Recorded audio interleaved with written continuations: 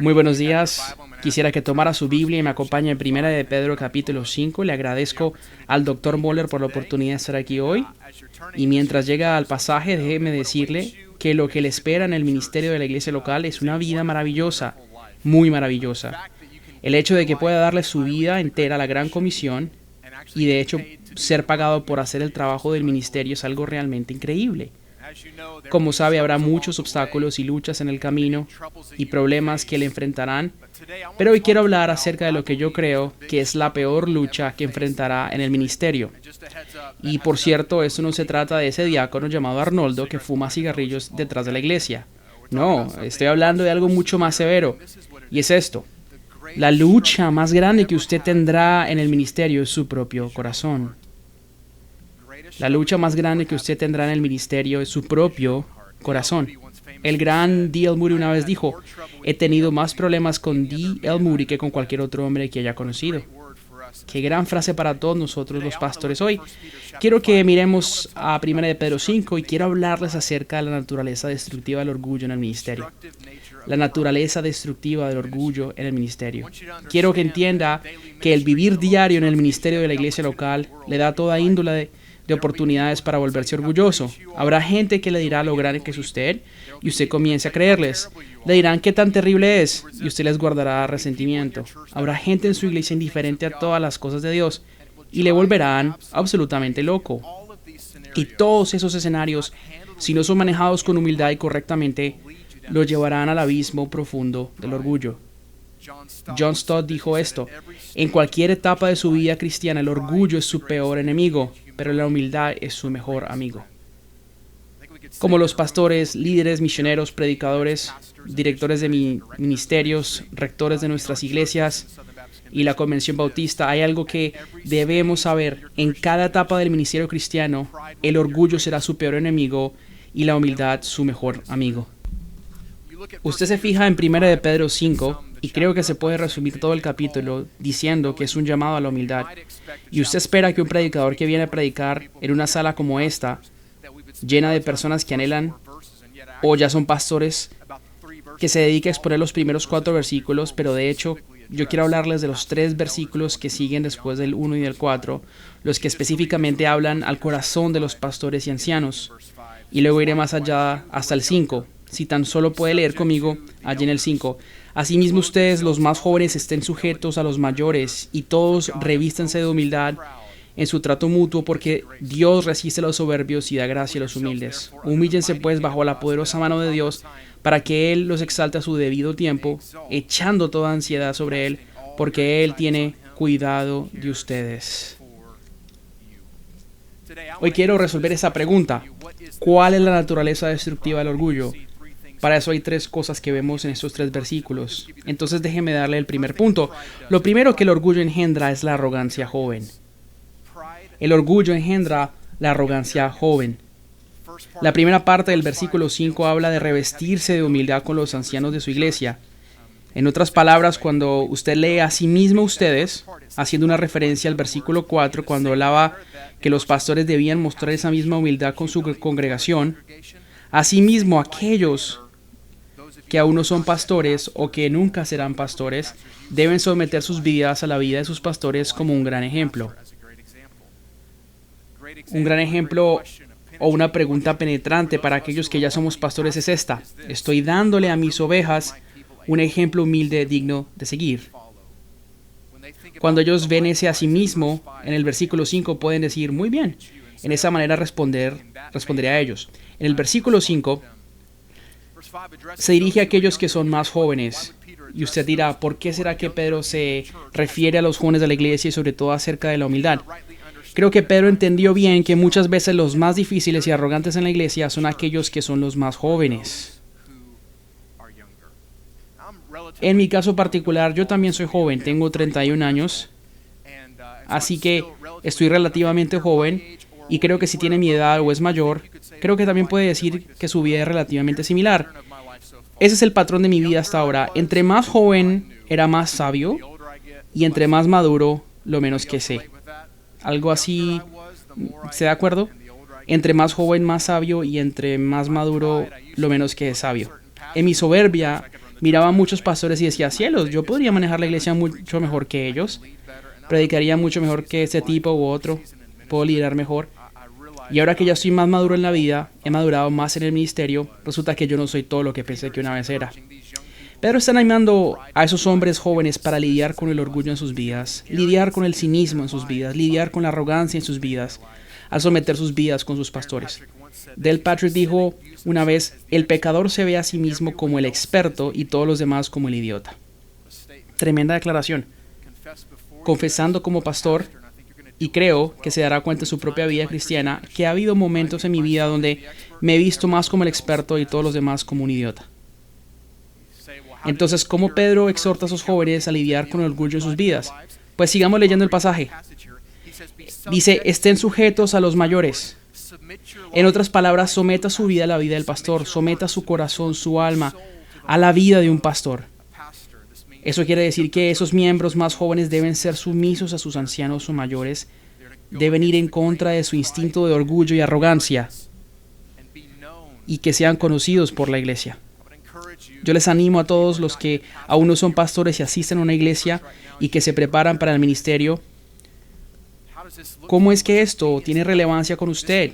¿Qué significa todo esto para usted? Esto quiere decir que usted conoce a su pastor, que no es desconocido, no se esconde detrás de las sombras, que no sea el chico o la chica sentada en el almuerzo criticando cada punto malo del mensaje de su pastor. Pero en cambio, tener una actitud de decir, estoy aquí para rendir cuentas en la iglesia, para someterme. Para muchos de ustedes, lo más difícil de esto es que usted ya es un pastor. Quizás acabe en la categoría de los más jóvenes, pero ya es un pastor, digamos. Entonces, ¿qué relevancia tiene esto con usted? Yo diría que busque a otro pastor más adulto en la comunidad. Encuentre un pastor al cual pueda someter su vida. Y observe cómo ellos derraman de sí a su vida. Si usted escucha hoy algo, yo le diría que no sea esa persona conocida como el pastor joven o el miembro joven arrogante de su iglesia. Corra de ese estereotipo. Déjeme decirle que como la persona que se reúne con muchos pastores del seminario, cuando encuentro arrogancia en algunos de ellos, eso es como una bandera roja de emergencia señalando, no me contrates, no me contrates, no me contrates. No me contrates. Aléjese de ese estereotipo, corran a la humildad, corran a Jesús. Amo lo que MacArthur dice, el proceso del crecimiento espiritual florece en medio de los que tienen una actitud de sometimiento. Ustedes dirán, Nick, yo quiero caminar con Dios, yo quiero un caminar con Dios que florezca, quiero un caminar de santificación que florezca en mi caminar cristiano y ministerial. Entonces someta su vida, tenga una actitud de sometimiento. El orgullo engendra una arrogancia joven, pero en la secuencia del pasaje encuentra una segunda fase. El orgullo trae la oposición de Dios a su vida. Si hay una declaración de la Biblia que nos cause correr lejos del orgullo, es esta que dice que el orgullo traerá la oposición de Dios a nuestras vidas. Tan solo lea la segunda parte del versículo 5. Dice, revístanse de humildad en su trato mutuo, porque Dios resiste a los soberbios, pero da gracia a los humildes. Pero usted tiene que entender que cuando vive su vida corriente en la carne, lo natural es el orgullo. Pero cuando camina con Jesús, en el poder del Espíritu Santo, en la llenura del Espíritu, lo que es sobrenatural es la humildad. Este pasaje nos invita a revestirnos de humildad. Y déjeme decirle que eso no sucede porque sí, no es natural.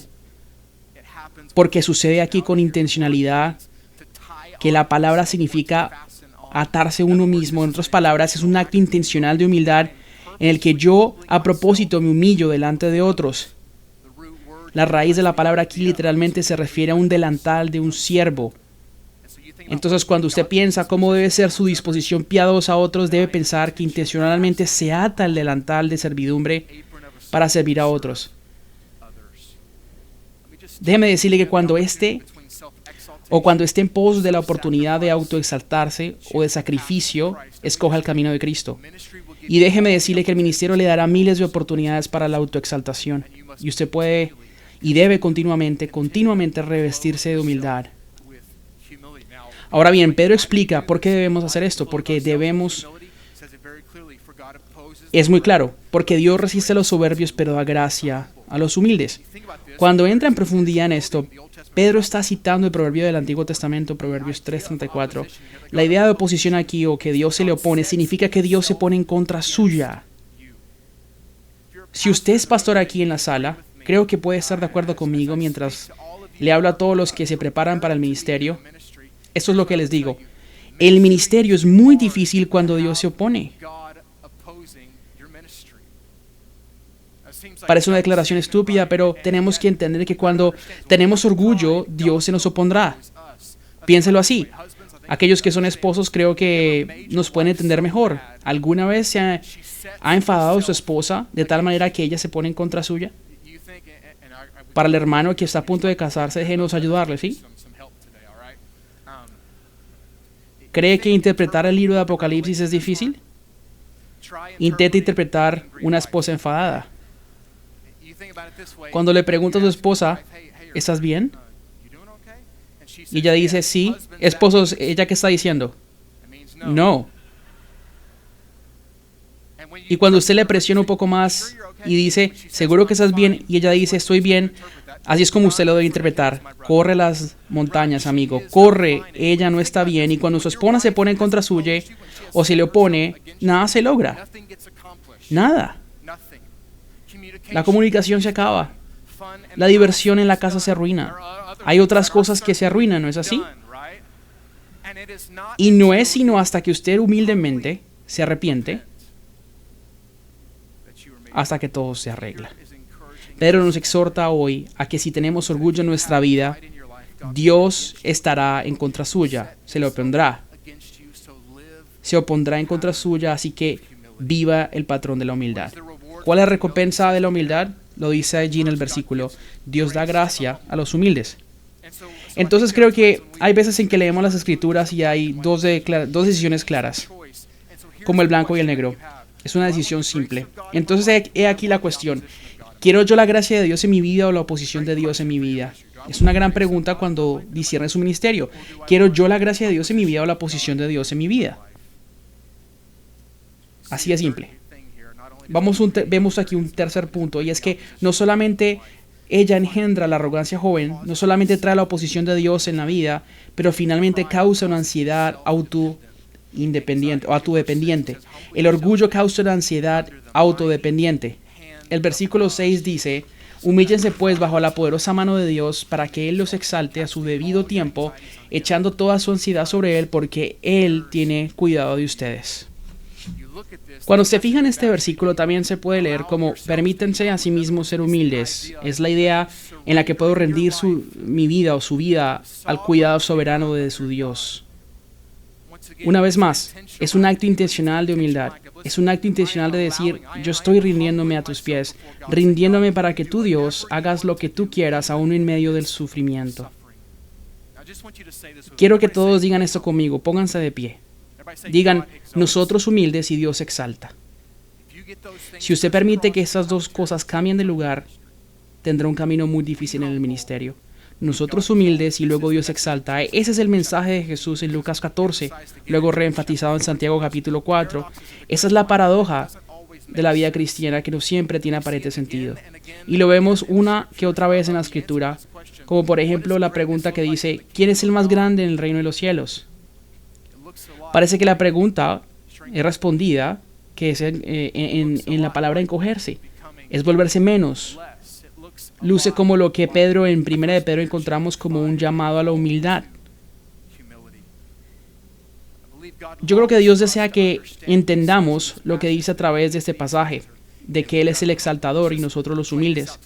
Profundicemos más en esto. Supongamos que estamos haciendo una película sobre mi vida hoy. Seguro que no logrará mucha audiencia, pero supongamos que es una película sobre mi vida y sabemos que en cualquier película todos tienen un rol que actuar. Y ellos solo actúan su rol en la película, ¿no es así? Entonces digamos que mi rol en la película es el que humilla, en sentido de la humildad. Y Dios actúa como el rol de mi vida. Él es aquel conocido como el exaltador. Entonces Dios es el exaltador y yo el que humilla. Yo arruino esto cuando cambio de lugar las dos cosas. Cuando yo comienzo a actuar el rol de Dios en mi vida, Él comienza a actuar el rol en mi vida. En otras palabras, cuando yo actúo el rol de Dios y me exalto a sí mismo, Dios rápidamente nos trae a la realidad y comienza a actuar nuestro rol y comienza a humillarnos. Permítame ser muy honesto con ustedes hoy. Siempre, siempre, siempre es menos doloroso tener que humillarse antes que Dios mismo le humille. Hay dolores, cicatrices, hay tiempos terribles que cada uno de nosotros puede recordar cuando escogimos el camino de la autoexaltación. Y Dios tuvo que intervenir y actuar nuestro rol de humillador. Yo le digo una y otra vez a la iglesia, el mensaje retumbante de las Escrituras, y es este: humíllense o serán humillados. A medida que usted enfrente una vida de ministerio, años o décadas de ministerio, si el Señor lo permite, permítame decirle, escúcheme, humíllense o serán humillados por Dios. Tienen que entender dos temáticas entrelazadas aquí en el texto. Hay esta temática de un sufrimiento que está presente aquí en 1 de Pedro. Y si continúa leyendo en los versículos 8 y 10, hay evidencia de este gran enemigo que tenemos en Satanás. Entonces este pasaje nos está animando a vivir en humildad en medio del sufrimiento y porque usted tiene un gran enemigo. Y déjeme decirle que esas dos suceden en el ministerio. Ustedes tendrán tiempos de sufrimiento y de tentación de Satanás mismo. Creo que el punto de Pedro es este. Esto no lo puedes hacer solo. Humíllate ante Dios nuestro Señor dependiendo de Él. Creo que muchas veces tenemos la idea de la madurez espiritual revuelta. Tenemos esta idea de que entre más crecemos espiritualmente, lo más maduro espiritualmente que me vuelvo, lo menos que necesito a Jesús, lo menos que necesito vivir dependiente de Él. Puedo clarificarle a usted que la madurez espiritual luce más en dependencia a Jesús y no menos. Necesitamos a Jesús cada día en nuestras vidas, especialmente en el contexto de este pasaje donde se vive un gran sufrimiento. Muchos de ustedes están en medio de un gran sufrimiento. Muchos están en medio de una gran tentación del enemigo. Debemos vivir completamente entonces dependientes al Señor. Dependientes al Señor. ¿Sabe? Cuando vivimos dependiendo de nosotros mismos, creo que el texto insinúa algo muy cierto. ¿Sabe qué pasa cuando vivimos una vida así? Preocupación y ansiedad. Cuando yo vivo como si todo dependiera de mí, ¿sabe lo que me sucede en mi corazón? Preocupación y ansiedad una vez más.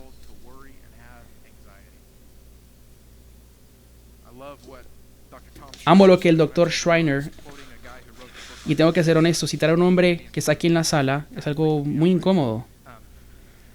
Pero amo lo que él escribe en su libro. Dice que la preocupación está constituida por el orgullo, porque niega el cuidado de un Dios soberano.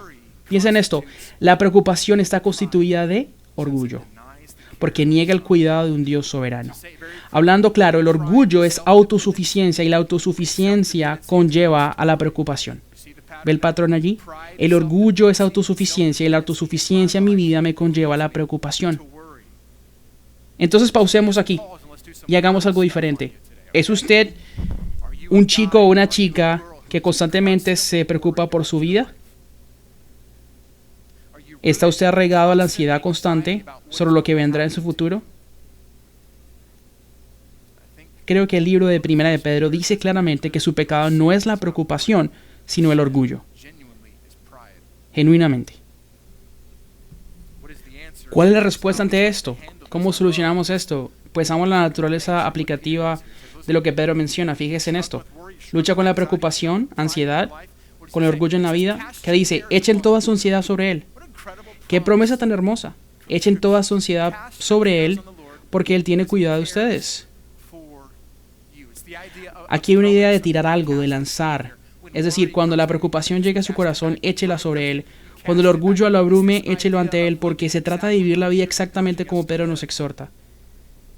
Si yo estoy viviendo una vida dependiente del Señor y veo que algo, como el orgullo, viene a mi vida, debo reaccionar y decir, pues no puedo lidiar con eso.